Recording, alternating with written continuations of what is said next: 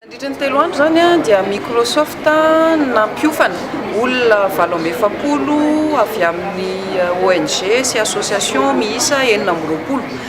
Le fifanana natao teto amin'ny Carleton dia ilay programme nasa Microsoft atao hoe BYB, Build Your Business, izay fanampiana anireo tanora vonona ny anangana ny orinasany zany.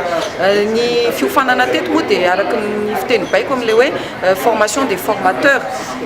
Io formation des formateurs io zany midika fa tsy maintsy mampita io fiofanana io Build Your Business io ireo olona 720 ireo any amin'ny izay sahan'ny tsirairay avy.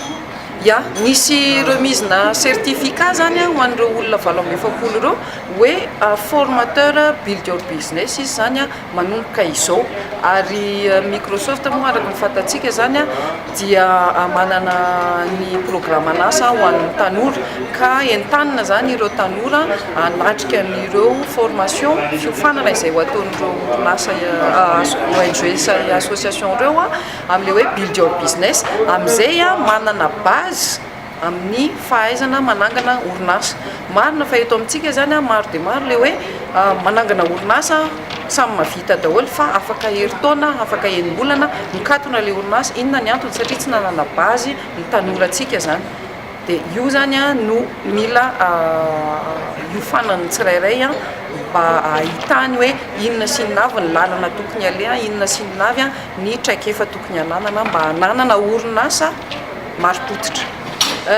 Ny fanofanana nataon'ny Microsoft androany nandritra ny telo andro maimaimpona aloha zany ho an'ireo olona 720 ireo nampiantso olona avy any ivelany zany nampanao an'ilay fiofanana. Avy eo indray ny resaka hoe fanampiana amin'ny fananganana orinasa, Microsoft tsy misahana an'izay fa afaka manantona ny bailleur tsirairay izay tanora na olona vonona hanangana orinasa.